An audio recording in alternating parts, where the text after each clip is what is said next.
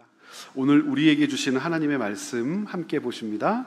열왕기하, 구약성경 열왕기하 10장 28절부터 36절까지 말씀을 함께 보시겠습니다.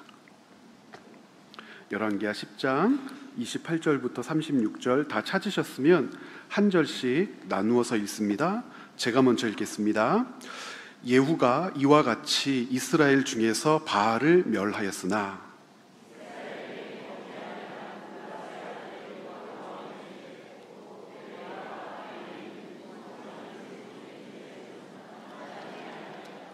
여호와께서 예후에게 이르시되 네가 나 보기에 정직한 일을 행하되 잘 행하여 내 마음에 있는 대로 아합 집에 다 행하였은즉 내 자손이 이스라엘 왕 위를 이어 4대를 지내리라 하시니라.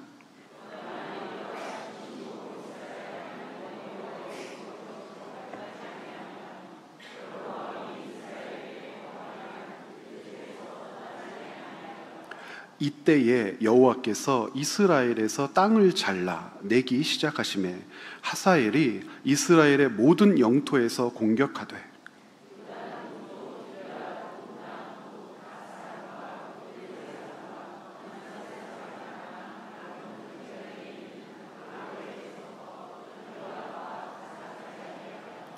예후의 남은 사적과 행한 모든 일과 업적은 이스라엘 왕 역대 지략에 기록되지 아니하였느냐.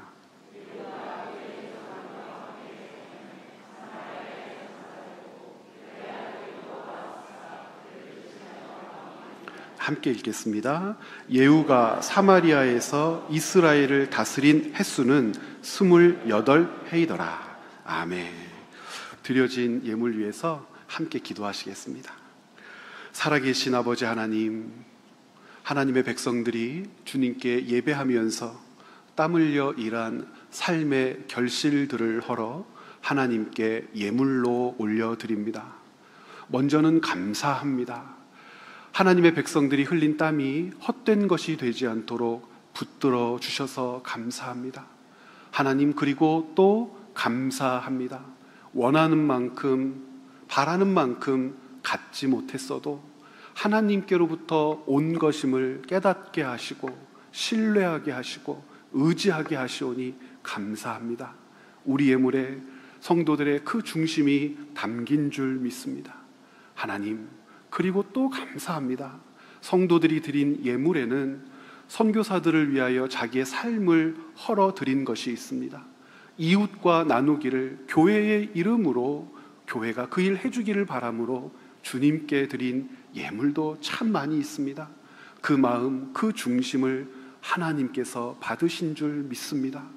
이 감사의 제목들이 하늘에 올려질 때 하나님 흠양하시며 얼마나 기뻐하실까를 생각하면 가슴이 두근거리고 저희들도 기쁘기 그지없습니다.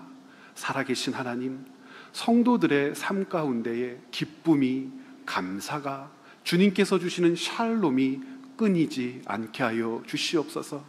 불안한 일들도 있고 때로는 공포스러울 만큼, 두려울 만큼 눈앞에 닥친 문제들도 있겠지만 그것들보다는 하나님의 평화가 클 줄 믿습니다. 그것들보다는 하나님의 임재와 통치가 강할 줄 믿습니다. 먹고 사는 문제 중에 발생하는 그 어떤 두려움이라도, 공포라도, 걱정이라도 하늘의 샬롬을 경험한 성도들에게는 주님께서 감당하고 계시는 하나님의 일이 될 줄 믿사오니 우리 앞에 있는 모든 문제들 하나님이 감당해 주시리라는 그 신뢰의 마음으로 담담하게 이겨내게 하여 주시옵소서.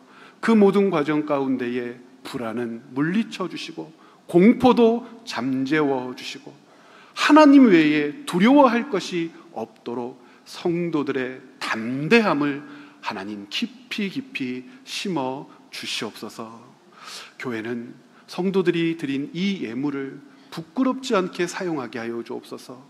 무엇인가 주님께서 기뻐하시는 일을 도모하고자 할 때마다 열심을 주시고 성실을 주셔서 착하고 옳은 일을 하기 위하여 땀 흘려 애쓰는 채움과 비움의 교회 되게 하여 주시옵소서.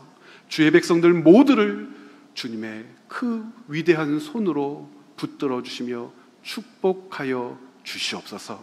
감사드리며 예수님의 이름으로 간절히 기도드리옵나이다. 아멘. 하나님께서 사용하신 예후가 하나님께서 진노하신 오므리 왕조 아합 가문을 심판하는 장면, 저희들이 열왕기하 9장과 10장을 통해서 확인하고 있습니다. 전강석화와 같이 급작스럽게 모든 일들이 단번에 일어나죠.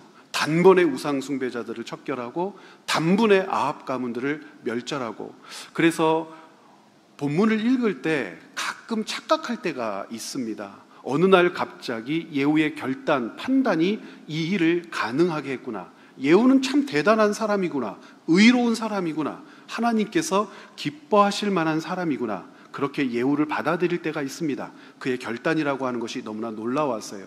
그런데 여러분, 사실은 실제는 아닙니다.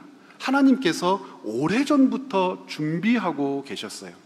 예후가 이 아합 가문을 절단내는 이 순간으로부터 적어도 15년 전, 좀 길게 잡는다면 17년 전부터 하나님께서는 아합 가문에게 경고하셨죠.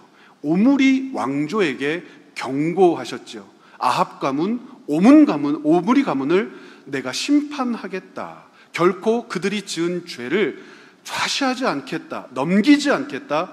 분명하게 말씀하셨고, 예후의 등장은 그 하나님의 준비, 하나님의 예비하심의 결과입니다. 예후의 결단, 예후의 판단이 앞선 것이 아니라 하나님의 예비하심, 준비하심, 경고하심이 나타난 결과가 오므리 왕조 아합 가문, 이 예후를 통한 하나님의 심판이 나타난 역사라고 먼저 생각해야 됩니다. 그래서 이 예후가 아합 가문을 심판하고 있는 이 모든 과정을 이렇게 조망하여 볼 때 이 모든 것들의 배경이 무엇인지를 먼저 살펴보고 예후의 일들을 하나하나 따져봐야 합니다. 그래서 먼저는 어떤 배경을 가지고 있는지를 살펴봐야 되는데요, 열왕기상 말씀을 보시면 이 아합 가문에 대한 하나님의 계획이 어떠했는지를 먼저 알 수가 있습니다. 열왕기상 19장 15절부터 18절 말씀인데요, 제가 15절과 16절만 두 절만 읽어보도록 하겠습니다. 여호와께서 그에게 이르시되, 여기서 말하는 그는 엘리야 선지자입니다. 시점은 어떤 시점이냐면 엘리야가 갈멜산에서 바알과 아세라 선지자 850을 처단하고 나서 이세벨이 이 엘리야를 죽이려고 할 때 광야로 도망가잖아요. 그 엘리야에게 하나님이 찾아오셔서 그를 위로하시면서 국제정세가, 그리고 남유다와 북이스라엘의 관계가 어떻게 될 것인지를 가르쳐 주시면서 내리신 명령이에요. 그래서 여호와께서 엘리야에게 이르시되, 너는 내 길을 돌이켜 광야를 통하여 다메섹에 가서 이르거든 핫사엘에게 기름을 부어 아람의 왕이 되게 하고, 너는 또 님시의 아들 예후에게 기름을 부어 이스라엘의 왕이 되게 하고, 또 아벨 무홀라 사밧의 아들 엘리사에게 기름을 부어 너를 대신하여 선지자가 되게 하라. 지금 여기에는 여러 가지 사안이 함께 복합적으로 나타나 있죠. 국제 정세 가운데 하나님의 통치와 섭리를 드러내기도 하시고, 국내 정세 가운데 특별히 유다와 북이스라엘의 관계 가운데에 북이스라엘에게 어떤 일이 있을지 하나님께서는 이 아합 가문을 바꿔버리기로 하셨다는 거예요. 아합 가문을 내치기로 하셨다는 거예요. 이것이 예후가 개혁을 일으켰던, 예후가 반란을 꾀했던 17년 전에 있었던 일이었습니다. 그러면 하나님께서 왜 이렇게 하셨을까? 이유, 이 첫 번째 이유를 발견할 수 있지요. 북이스라엘의 뿌리 깊은 바알 숭배 때문입니다. 아시는 것처럼 이세벨이 두로, 시돈 이쪽 지역 가문의 공주였었는데 이스라엘로 시집 올 때 그냥 오지 않았어요. 자기가 섬겼던 바알과 아세라 제사장들을 함께 데리고 북이스라엘로 들어옵니다. 그래서 어떤 일을 했냐면 아합과 함께 참 부지런하게도 바알을 섬겼죠. 바알 제사장을 기르는 학교를 만들고요, 바알을 위해서 많은 재정을 투여해서 전국 곳곳에 제단, 우상 숭배의 장소들을 허락하고 바알 제사장들을 우대하면서 북이스라엘 전체를 우상 제의로 빠뜨려 버립니다. 하나님께서 진노하셨죠. 심판의 대상이라고 말씀하셨죠. 아무도 그것을 믿지 않았어요. 그러다가 갈멜산에서 엘리야를 통하여 대결하게 하십니다. 바알 제사장 450, 아세라 제사장 400인이 동원된 엄청난 전투에서 하나님께서 그들을 멸절시켜 버리시죠. 850인에 되는 제사장들을 멸절시켜 버리십니다. 그러나 아합도 이세벨도 돌이키지 않습니다. 하나님의 그 심판을 눈으로 목격하고 두려워하지 않습니다. 19장에서 확인하는 것처럼, 열왕기상 19장입니다. 19장에서 확인하는 것처럼 이세벨이 화가 났어요. 자기가 그토록 아끼는 이 바알 아세라 제사장들을 죽였단 말이야. 그러면서 내린 결정이 뭐예요? 엘리야를 잡아다가 죽여버리겠다입니다. 돌이키지 않아요. 회개하지 않습니다. 하나님께서는 그런 아합 가문을 교체하기로 결정하셨고, 누구로 교체하실 것인지도 정해놓으셨어요. 그 사람이 예후입니다. 오늘 방금 말씀을 읽었던 것처럼 16절, 너는 또 nim시의 아들 예후에게 기름을 부어 이스라엘의 왕이 되게 하라. 여러분 아시는 것처럼 아합이 이 예후에 의해서 왕좌를 뺏기는 게 아니죠. 아합 가문, 오므리 왕조가 결단나는 겁니다. 이 오므리 왕조, 그러면 몇 명의 왕이 있었는지 기억해야 돼요. 오므리로부터 시작되죠. 이 오므리 장군이 반역을 일으켜서 왕이 되고, 아합은 그의 아들입니다. 아합에게 아들이 있었죠. 아하시아라고 하는 아들이 있었습니다. 아하시아가 아들을 낳지 못하고 병들어 죽지요. 그렇게 해서 다른 왕이 왕좌에 오르게 되는데, 아합의 다른 아들입니다. 요람 혹은 여호람이라고도 부르는 그 사람이 왕이 되고요. 그 이후에 예후가 이 요람을 죽여버리고 왕이 되는 겁니다. 이 동일한 시대에 남유다에는 어떤 일이 있었느냐? 중요하죠. 남유다에 있었던 일이 굉장히 중요합니다. 왜냐하면 여호사밧이라고 하는 임금을 우리는 알고 있습니다.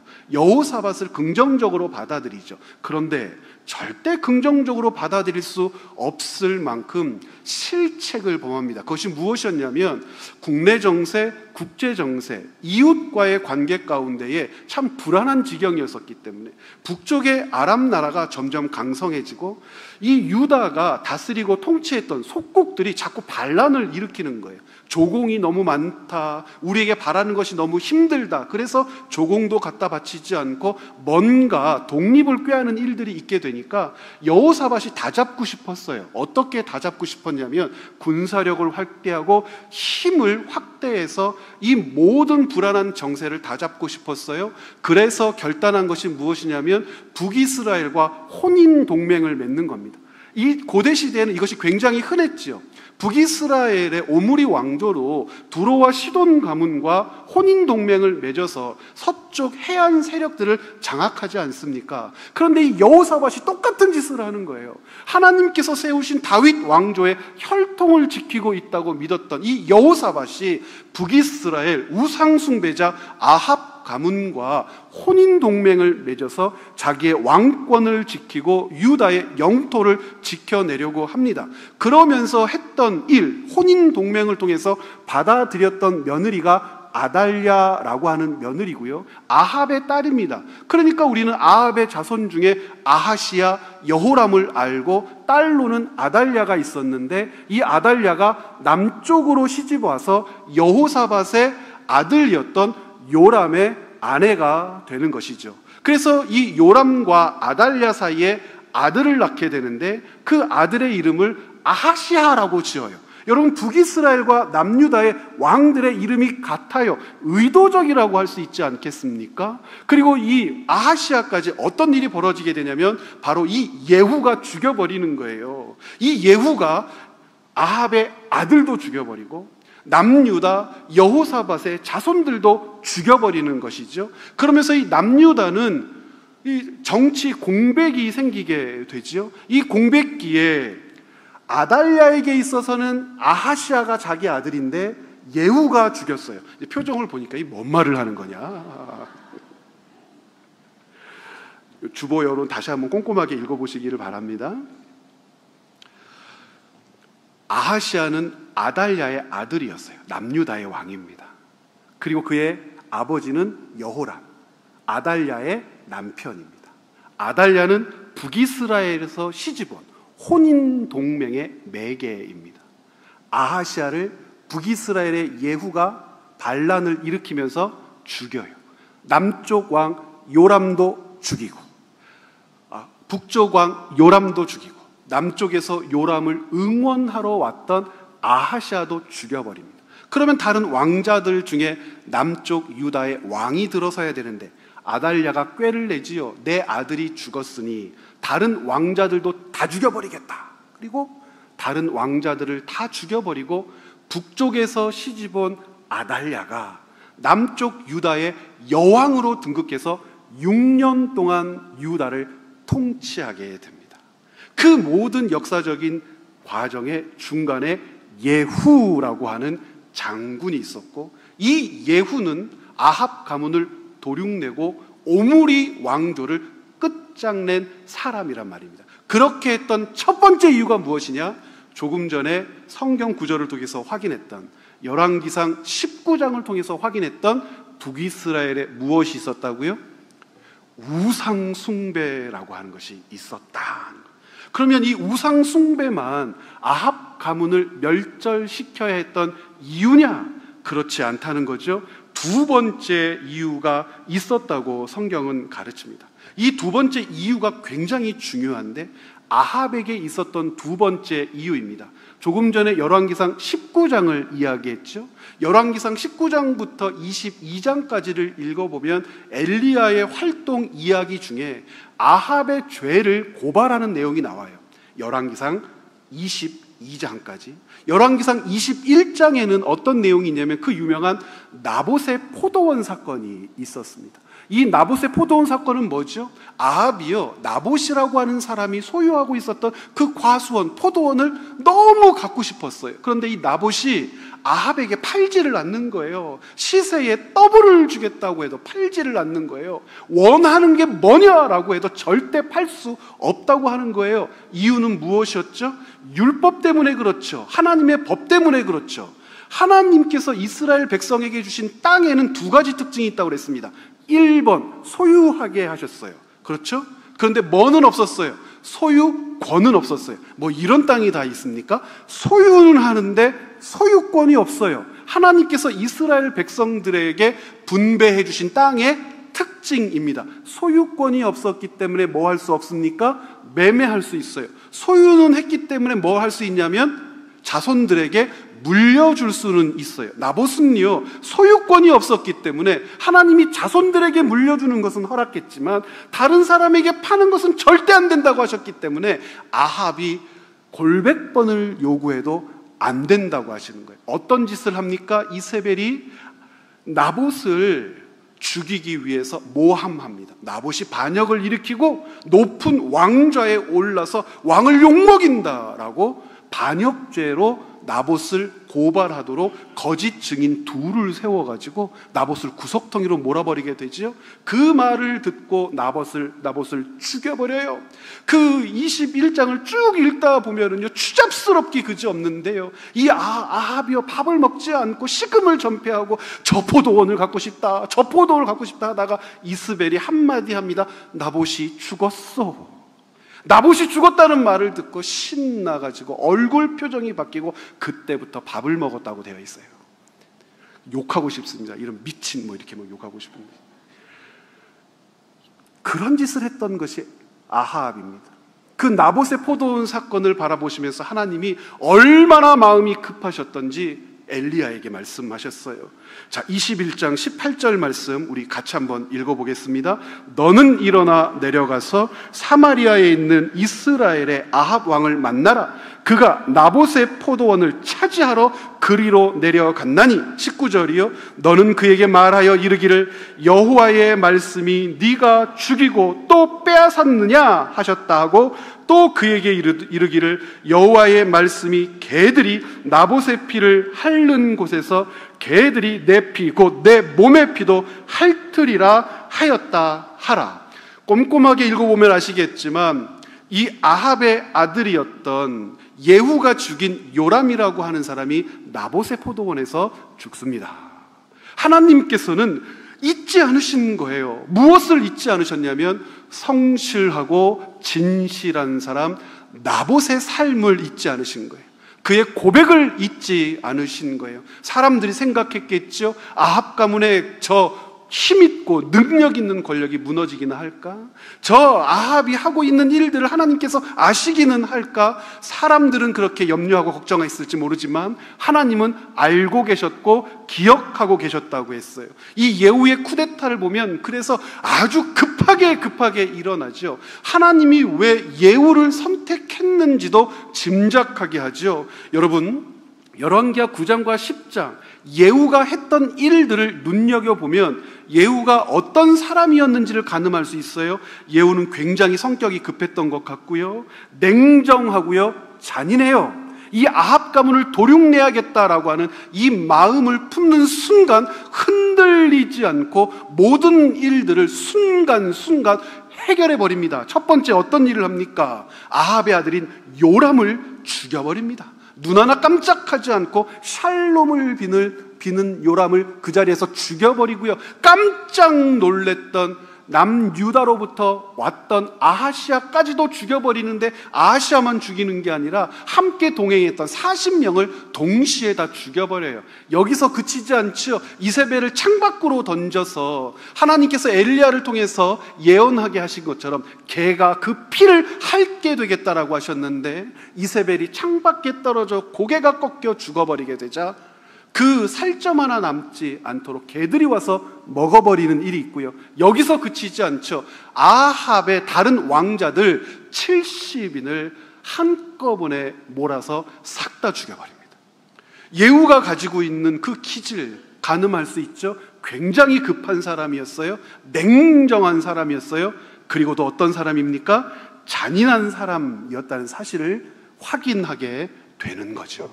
왜 예후 같은 사람이 필요했을까? 여러분, 그러면서 예후가 했던 그 일들을 조목조목 살펴볼 때 세 가지 그 기점들을 나누어서 확인해 보셔야 돼요. 예후가 그 이후에 어떤 일을 했을까? 우리가 오늘 본문으로 읽으면서 오늘 묵상하는 본문에서 확인하는 것은 바알 종교를 척결하는 예후의 모습을 봅니다. 하나님께서 기뻐하실 일이죠. 하나님께서 그 모습을 보고 예후를 칭찬하시겠죠. 하나님께서 예후를 어떻게 대우하셨을까? 참 긍정적으로 많은 사람들에게 자랑하셨을 수도 있죠. 그러면 이 행위, 바알 종교를 척결한 예후의 이 행위를 정말 우리가 생각하는 것처럼, 예단하는 것처럼 성경에서도 그렇게 해석하도록 요구하고 있을까? 이 부분이 중요해요. 과연 이 예후가 바알 종교를 척결했다라고 하는 이 사실은 예후의 하나님에 대한 마음, 하나님이 주신 명령에 대한 실현, 하나님의 뜻을 구현하고 온전히 완성해 내려는 그 성실함과 진실함이 예후로 하여금 바알 종교를 척결하게 했을까? 이렇게 질문하기 전에 예비적인 질문이 하나 있어요. 어떤 예비적인 질문이냐면, 조금 전에 열왕기상 19장에서 우상 숭배가 요인이 되어 하나님이 북이스라엘의 아합 왕조를 절단내시겠다고 하셨어요. 갈멜산에서 850인이나 되는 우상의 제사장들을 죽여버렸다고 하셨어요. 그런데 예후가 다시 바알 제사장들을 척결하려고 초대했더니 얼마나 많은 수의 바알 제사장이 왔는지 여러분 아시죠? 우리 한번 확인해 볼까요? 열왕기하 말씀입니다. 10장 21절에 보면 이렇게 되어 있어요. 같이 한번 읽어보죠. 예후가 온 이스라엘에 사람을 두루 보냈더니 바알을 섬기는 모든 사람이 하나도 빠진 자가 없이 다 이르렀고, 무리가 바알의 신당에 들어가매 바알의 신당 이쪽부터 저쪽까지 가득하였더라. 말이 안 되는 것 같잖아요. 질문할 수밖에 없죠. 850이나 도륙내었는데 어디서 이렇게 숨어있다가 많은 자들이 나타났냐는 거예요. 이것은 뭘 얘기하게 하죠? 북이스라엘의 뿌리 깊이 내렸던 바알 종교의 실상, 바알 종교의 현실이 무엇이었는지를 가르치죠. 하나님께서 선지자를 보내서 경고하시고 하나님의 진노를 나타내셔서 갈멜산에서 그들을 처단하셨음에도 불구하고 민간에 뿌리 내리고 있었던, 백성들이 붙들고 있었던 바알 종교에 대한 그들의 열심, 그들의 진심이 대단해서 그렇게 많은 수의 바알 종교 제사장들이 없어졌지만 예후가 그들을 초대하자 이렇게 많이 왔대요. 얼마나 많이 왔는지 어디를 가득 채웠다고 되어 있습니까? 사원을 가득 채웠다고 되어 있어요. 바알 사원 여러분 보신 적 없죠? 저는 어떤 기회에 바알 사원을 본 적이 있는데, 대부분 사원을 세울 때는 기둥을 세우잖아요. 기둥터만 남아 있습니다. 바알 제사를 드렸던 기둥터, 바알 제사 터라고만 되어 있는데 그 기둥터가 한아름이 넘어요. 밖에 있는 이 주춧돌이 얼마나 큰지 몰라요. 그러면 그 기둥의 크기도 굉장히 컸다는 얘기죠. 지붕도 높았다는 얘기입니다. 아주 컸을 거예요. 그런데 그 큰 바알 신전 안에, 아마 어느 신전으로 모여라 했던 것은 북이스라엘의 신전 중에서 중앙성소였을 가능성이 커요. 바알의 중앙성소로 모이게 했기 때문에 그 규모가 대단했을 것이고, 성경은 굳이 얼마나 많은 수가 모였는지를 가르치기 위해서 어떤 표현을 쓰냐면 신당 이쪽에서부터 저쪽까지 가득 찼다라고 하는 표현을 쓰고요.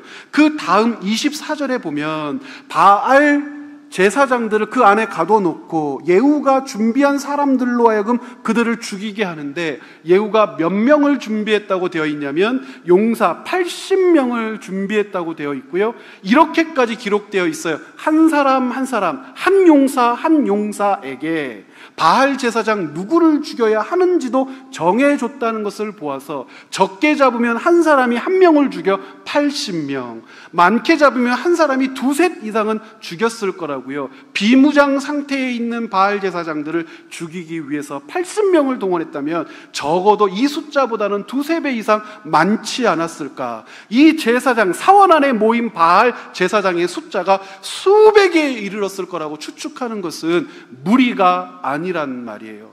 그 바알 제사장들을 예후가 도륙냅니다. 자, 그러면 이 척결되지 않은 바알 종교를 예후가 척결합니다. 도대체 그 의미는 무엇일까? 조금 전에 이야기했죠. 예후의 선한 열심, 하나님을 향한 마음이었을까? 그렇게 읽을 수 없어요. 그렇게 판단할 수가 없습니다.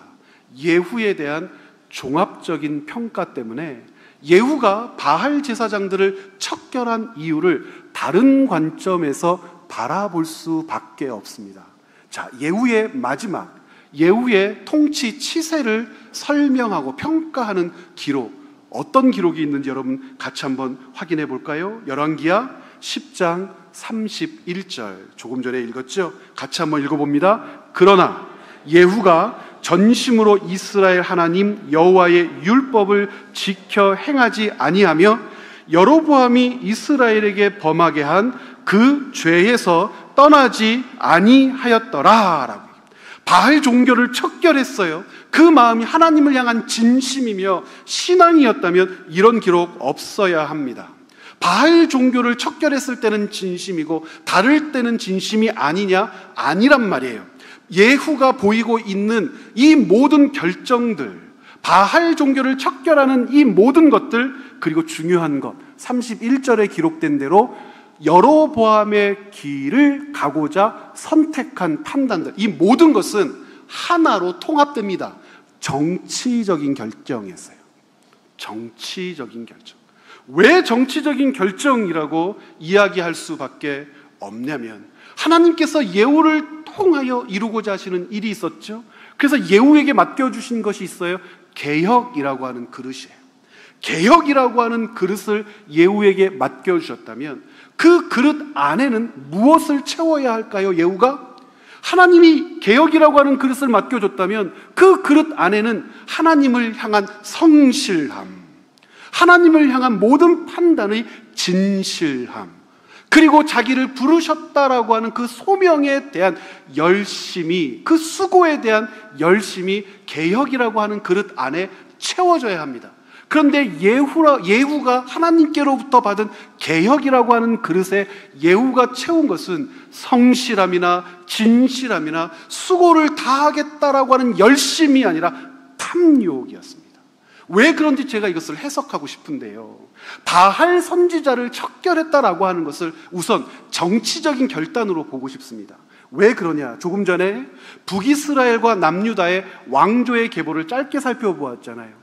바할 종교는요, 북이스라엘의 아합 혹은 그 이전부터 시작해서 남유다의 여왕으로 등극한 아달랴에 이르기까지 이 바할 종교는 지지받고 보호받고 많은 부분 혜택을 받으면서 성장한 종교입니다. 이 종교가 이스라엘만 가득 채운 것이 아니라 아달랴가 여호사밧 가문으로 시집 내려올 때도 이 바할 종교의 제사장들을 데리고 왔을 것은 자명한 사실이에요. 왜 그러냐면 내일과 모레 말씀을 묵상하다 보면 아시겠지만 요아스 시대가 들어갈 때 여호야다라고 하는 대제사장이 아달랴를 죽이고 나서 그 다음에 했던 일이 뭐냐면 바할 종교를 척결하는 일이었어요. 남유다에서도. 내일과 모레 확인해 보십시오. 그만큼 이 바할 종교는 남과 북, 유다와 이스라엘을 가득 채우고 있었단 말이에요. 비호받았어요. 그 사람들에게 예후는 어떤 사람들이죠? 적이죠. 지금까지 재정적으로 많은 도움을 받고 비호를 받았어요. 정치 권력으로부터 많은 비호를 받아서 이 바알 종교가 성장했어요. 자기들에게 가장 큰 혜택을 줬던 왕조는 오므리 왕조, 그 중에서도 아합과 이세벨이에요. 그런데 예후라고 하는 자가 등극하자마자 아합의 아들인 요람을 죽여버리고 이세벨을 죽여버려요. 그리고요, 이 바할 종교를 모으겠다고 얘기해요. 그러면 이 바할 종교 사람들의 입장에서 예후는 어떤 사람이겠냐는 거예요. 상종 못할 인간이죠. 함께 못할 인간이죠. 이 바할 종교를 그냥 그대로 내버려 둔다면 아합 이상으로 대우하지 않는 이상, 아합이 베풀어줬던 큰 은혜를 예후가 베풀지 않는 이상 바할 종교와 깊이 뿌리 내리고 있었던 이 세력들은 예후의 적대 세력일 수밖에 없었을 거예요. 여러분, 우리나라 정치만 하더라도 대통령이 바뀌면 대통령이 관장하고 있는 수천 개의 자리에 장들이 바뀐다고 하잖아요. 모든 측근들을 싹 다 갈아치우고 대통령이 바뀌었다라고 하는 것은 국무위원들이 새롭게 구성된다는 것이잖아요. 마찬가지죠. 예후가 등극을 했어요. 예후가 내쳐낸 자들은 아합과 연결되거나 아합으로부터 은혜를 받았던 사람들 다 척결할 거예요. 그러면 종교 세력들은 없었겠느냐? 고대 시대에 이 종교 세력으로 인하여 정치가 좌지우지되는 것은 상식이잖아요. 많은 바할 숭배 제사장들과 그와 연관된 사람들이 예후로부터 쫓겨나지 않았겠습니까? 당연히 쫓겨났겠죠. 그러면 바할 세력들을 그냥 내버려 둔다는 것은 예후에게 있어서는 큰 위협이 될 수밖에 없어요. 그런 쿠데타 성공자, 혁명 성공자들은 없어요. 측근부터 다 도려내는 것이죠. 바할 제사장들, 바할 종교를 척결했다는 것은 이 관점에서 보자고요. 그러면 이 관점에서 보는 것이 왜 합당하냐? 열왕기하 10장 31절의 기록 때문에 그렇다는 거예요. 하나님께서 예후를 어떻게 평가하셨어요? 하나님께로부터 떠난 자다. 그는 하나님의 율법을 버린 자다. 하나님의 율법을 지켜 행하지 않은 자다. 그러면서 죄에서 떠나지 않았다 그래요. 그 죄에서 떠나지 않았다라고 하는 것을 무엇으로 근거 삼고 있죠? 여로보암의 길을 걸었다. 여로보암의 길이 뭐예요? 세 가지죠. 첫 번째, 베델, 남쪽의 베델과 북쪽의 단에 황금 송아지 제단을 만들어 놓고 이것은 너희를 애굽 땅에서 구원해낸 여호와다라고 했던 여로보암의 범죄를 그냥 내버려 뒀다는 거예요. 두 번째, 그것을 관장하는 제사장, 이스라엘의 제사장은 레위인 중에서만 세워져야 했는데 여로보암은 어떤 짓을 하냐면 일반인 중에 자원하는 자를 제사장으로 삼았다. 두 번째 여로보암의 길. 세 번째는 어떤 것이 여로보암의 길이죠? 절기의 날짜를 변경시켜서 교묘하게 조정해서 북쪽에 있는 백성들로 절기가 되면 남쪽 유다로 내려가지 못하도록 막았어요. 베델과 단에서 하나님께 제사드리자.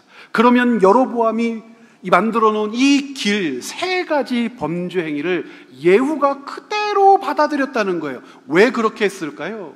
왜 그렇게 했을까요? 크게 두 가지 이유가 있어요. 첫 번째는요, 백성들의 신망을 받아야 될 새로 등극한 왕이었기 때문에 그랬습니다. 어떤 방법으로 왕이 되었어요? 정상적인 방법으로 자기가 왕자이기 때문에 왕이 된 게 아니에요. 전혀 다른 자가 쿠데타를 통하여 왕이 되었어요. 백성들이 지지하지 않으면 왕권을 유지하기 힘들어요. 그러면 왜 이것이 여로보암의 길과 연관이 있느냐? 생각을 한번 해보세요. 하나님께 드리는 제사를 예루살렘 성전으로만 규정해 놓으면 어떤 일이 벌어져요? 북쪽 저 먼 곳에서부터 뭐뭐 준비해야 돼요? 재물을 준비해서 싸질머지고 내려와야 돼요. 처음에는 그것을 당연한 것이라고 받아들였어요. 당연히 그렇게 해야지 그랬어요. 그런데 그렇게 안 해도 된다고 가르치는 사람이 있었으니 그가 여로보암이에요. 예루살렘까지 저 북쪽 단쪽에 있는 곳서부터 내려오기 시작한다면, 예를 들어서 염소를 끌고 내려온다고 생각을 해보세요. 자기 재물은 자기가 준비해야 되니까. 내려오다가 다리가 부러지면 써먹을 수 있어요? 피부병이 나면 써먹을 수 있어요? 홀쭉해서 살이 싹 다 빠져버리면 제사장이 빠꾸시켜버릴 것 아니에요. 털들이 듬성서 빠져 있으면요, 이것은 하나님께 드릴 합당한 재물이 아니요, 그러면 그 수고가 다 헛된 것이 되잖아요. 그 수고를 하다가 여로보암이 내려가지 않아도 돼 집 가까운 곳에 두 곳이나 만들어줬어요. 그렇게 십수년, 20년, 30년, 수십 년의 세월을 보내면서 익숙해질 수밖에 없죠. 일제강점기, 그 40년도 안 되는 세월을 보내면서 우리에게 남은 일제강점기의 잔재가 얼마나 많아요. 지금도 어른들은 바가지를 빠켓스라고 하지 않습니까? 도시락을 벤또라고 하고요. 아무 이상이 없어요. 다 알아먹잖아요. 그렇게 우리에게 남아있는 잔재들처럼 이스라엘 백성들도 익숙해진 거예요. 베델과 단의 제의가. 그런데 개혁을 한다고 하는 예후가 나타나서 베델과 단의 제단들을 싹 다 헐어버리고 황금 송아지가 여호와라고, 말도 안 된다 이놈들아, 앞으로는 남쪽 예루살렘으로 가서 유월절이건 무교절이건 초막절이건 다 지켜야 돼 라고 한다면 백성들이 받아들이겠냐고요. 지금 예후는 인기 정책을 핀 거죠. 백성들로부터 지지를 받기 위한 수단이요.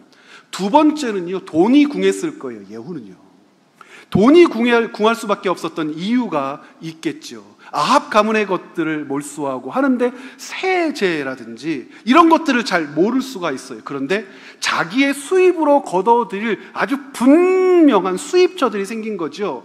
제사장 임명권을 누가 갖고 있다고 그랬어요? 왕이 갖는다고 그랬어요. 북이스라엘은 일반인 중에서 자원하는 사람들, 그들을 임명한다고 그랬어요. 처음에는 자원하는 자들이 있었을까요? 그게 어떤 일인지 몰라서 다 자원 안 했을 수도 있고, 제사장 하겠다는 사람들 찾기 어려웠을 수도 있어요. 그런데요, 이스라엘의 제사장들에게는 여러 가지 혜택이 있죠. 백성들이 그들의 먹을 것, 입을 것, 쓸 것을 예물로 드리도록 되어 있죠. 제사를 드리고 나서도 제일 좋은 살이 빡빡하게 찬 부위는 누구 몫이에요? 제사장의 몫이에요. 닭을 드려도 닭다리는 제사장의 것, 뭐 그런 건 없지만 널쩍다리는 제사장의 것이었단 말이에요. 이 널쩍다리살, 여러분들 양고기 널쩍다리, 염소고기 널쩍다리 드셔보셨습니까? 양갈비는 드셔보셨는데 널쩍다리는 안 드셔보셨어요? 몽고에 한 번씩 갔다 오셔야 될 것 같은데, 여러분 맛있을까요? 잘 모르지요. 그런데 좋은 것이라고 했어요. 기름기 있는 것, 좋은 것은 제사장에게 줬는데요, 다른 것들은 다 지키지 않았으면서도 이런 원칙들은 지키죠. 그리고 제사장들이 백성들에게 받는 급료, 이런 것들이 굉장했을 것으로 보인단 말이에요. 나중에는 이 북이스라엘에서 제사장 되는 것이 이권과 결탁된 일일 수 있고요, 아무나 될 수 없었고요, 빽이 써야 됐고요, 많은 돈을 뒷돈으로 가져다 주지 않으면 그 제사장 임명받기 어려웠을걸요. 예후는 그거 포기 못한 거예요.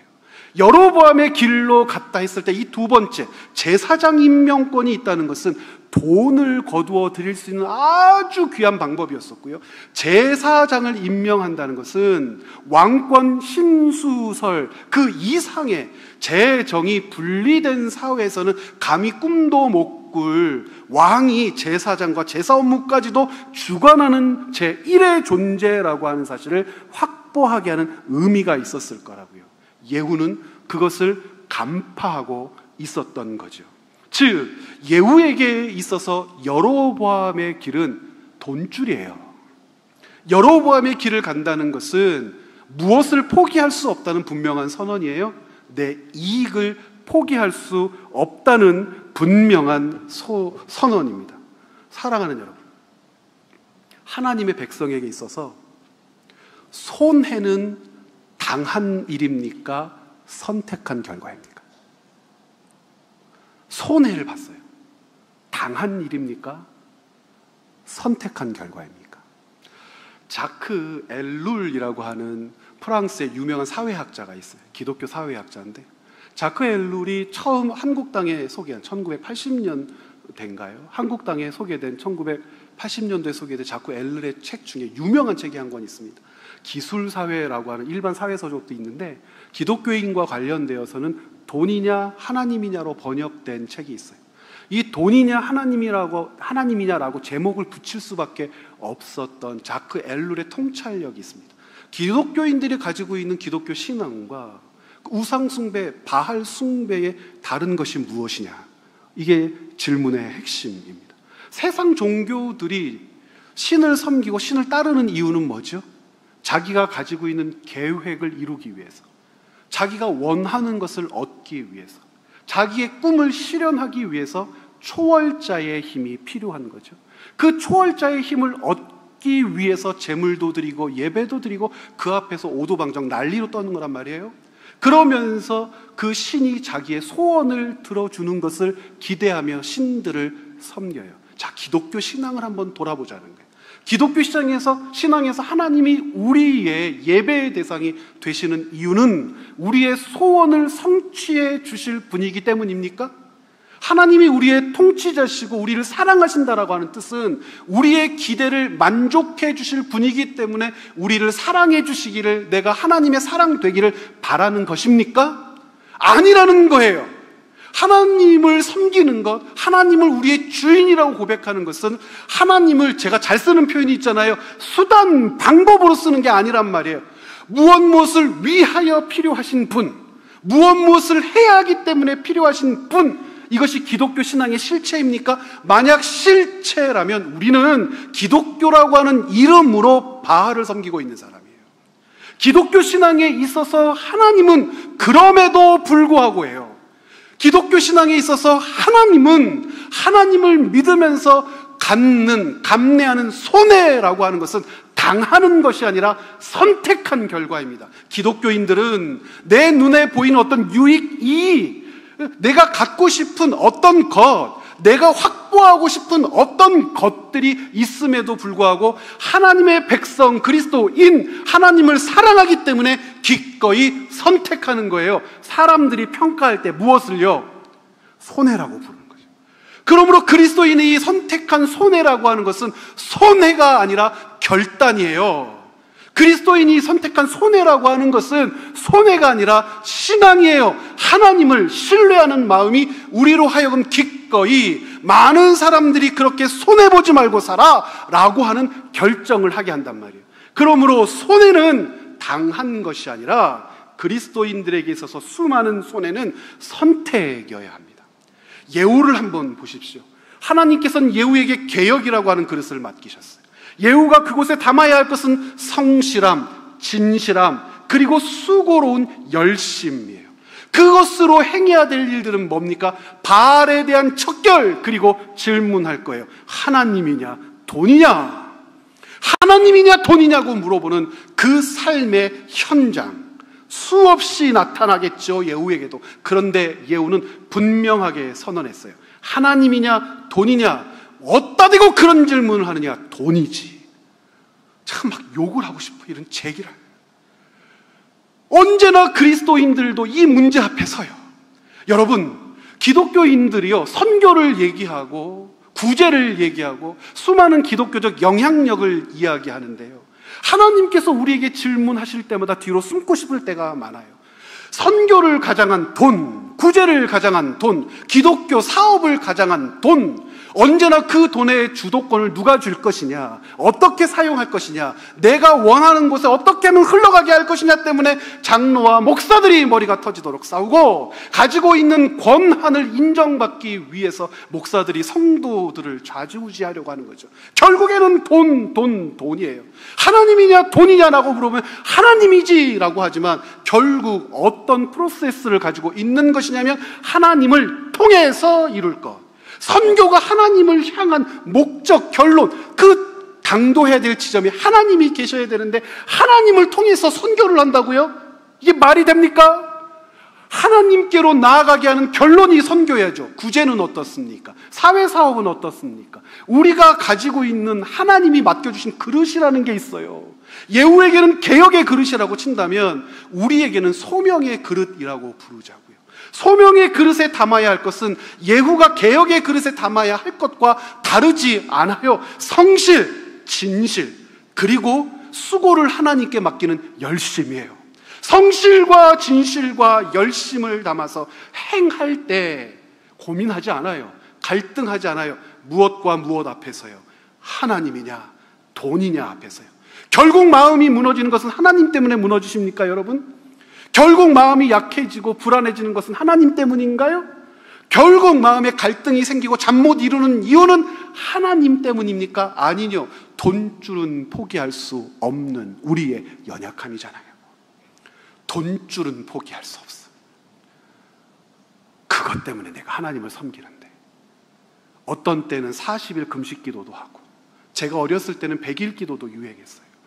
여러분, 40일 금식 기도, 100일 기도가 나쁘다는 게 아니에요. 결론에 하나님이 없으면 뭐하러 그따위 짓을 합니까? 하나님을 통하여 무엇을 이루겠다고요? 바알 숭배자들입니다. 하나님이라고 불리우는 바알. 오직 우리에게 하나님은 한 분이시죠. 여호와십니다. 하나님이, 살아계신 하나님이 우리에게 그릇을 맡겨주셨을 때, 예후에게 개혁이라고 하는 그릇을 주셨을 때, 그 그릇에 담아 행해야 할 일이 있음에도 불구하고 갈등하는 거죠. 묻습니다. 하나님이냐 돈이냐? 여러분 한 분 한 분에게 맡겨진, 하나님께서 맡겨주신 그릇이 있어요. 소명이라고 불러도 좋고 사명이라고 불러도 좋습니다. 하나님께서 부르시는 그 자리에서 여러분 갈등하실 텐데 분명히 두 가지 때문에 갈등하실 거예요. 하나님이냐 돈이냐? 하나님을 선택해야겠죠. 하나님을 선택한 것이 손해라면 그것은 당한 것이 아니라 우리 믿음의 결과이며 우리 신앙의 발효라고 감히 부를 수 있지 않겠습니까? 예후가요, 하나님이냐 돈이냐 하는 그 순간 여로보암의 길을 깨버렸다면 그는 28년 동안 허송세월하지 않았을 거예요. 예후에게 주어진 하나님의 답변이 무엇인지 여러분들 알고 계시나요? 10장 32절 말씀 같이 한번 읽어보죠. 이때에 여호와께서 이스라엘에서 땅을 잘라내기 시작하시며 핫사일이 이스라엘의 모든 영토에서 공격하되, 하나님이냐 돈이냐에서 여로보암의 길, 돈을 선택한 예후에게서 하나님은 당신께서 기업으로 주신 그 나할라를 잘라내기 시작하셨다. 동쪽 요단강 동편에 있는 모든 땅들이 하사엘의 손에 떨어지고 유다와의 접경 지역들을 다 빼앗겨버리고 예후는 28년 동안 왕좌에 있으면서 잘려나가고 없어지는 하나님의 땅을 목격하며 노예로 끌려가는 이스라엘 백성들을 멀뚱히 쳐다볼 수밖에 없는 무익한 왕, 있으나 없으나 한 왕, 자기 자신 호의호식했을까요? 이 시대에 하나님의 백성들, 그릇이 맡겨진 주의 백성들인 저와 여러분에게 물어보십니다. 추잡스럽게 하나님이냐 돈이냐에서 고민합니다. 우리는 당연히 하나님을 선택할 것 같고 하나님이지 할 것 같지만 아니라니까요. 울부짖는 이유, 못 살겠다고 몸부림치는 이유, 세상이 망할 것처럼 절망하며 떨어져서 기도하는 이유가 하나님이냐 돈이냐가 아니라 돈 때문이에요. 사랑하는 여러분, 하나님께서 맡겨주신 여러분의 그릇에 예후가 채웠던 탐욕이 아니라 첫째는 성실하며, 둘째는 그 성실이 옳다라고 인정될 진실하며, 셋째는 내 몫을 소유하지 못해도 끊이지 않을, 감당해낼 열심을 채워 놓으시기를 부탁드립니다. 그러므로 이 땅의 그리스도인들을 내신 하나님의 뜻이 우리의 삶을 통하여 성취되는 참으로 귀하고 복된 인생 여정 살아내십시오. 그것이 우리를 부르시고 오늘도 우리에게, 그리고 이 주간 우리에게 예후의 개역 열왕기하 말씀을 읽게 하신 뜻인 줄 믿습니다. 함께 기도하시겠습니다.